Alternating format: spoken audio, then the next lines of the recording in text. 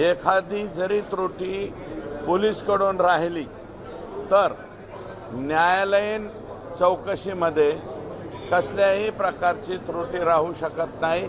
म्हणजे या जे कोणी आका बाका काका चाचा मामा हे सगळे जे लोक आहेत याच्यातले ज्यांनी संतोषला अतिशय निर्दयपणे क्रूरपणे मारलेला आहे ते सगळेच्या सगळे फासावर जाण्यासाठी निश्चितच न्यायालयीन चौकशीची सुद्धा या ठिकाणी फायदा होईल।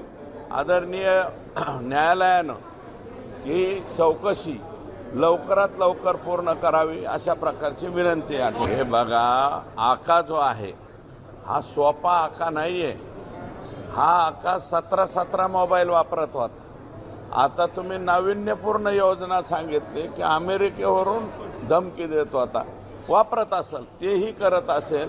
आका काय नाही करू शकत। आकाचा बाका 50 लोकांना प्रत्येक महिन्याला काहीतरी ठराविक रक्कम पाठवत होता। आका ठराविक लोकांना म्हणतोय, लोकांना शब्द वापरतो, तुमचं तुम्ही समजून जा।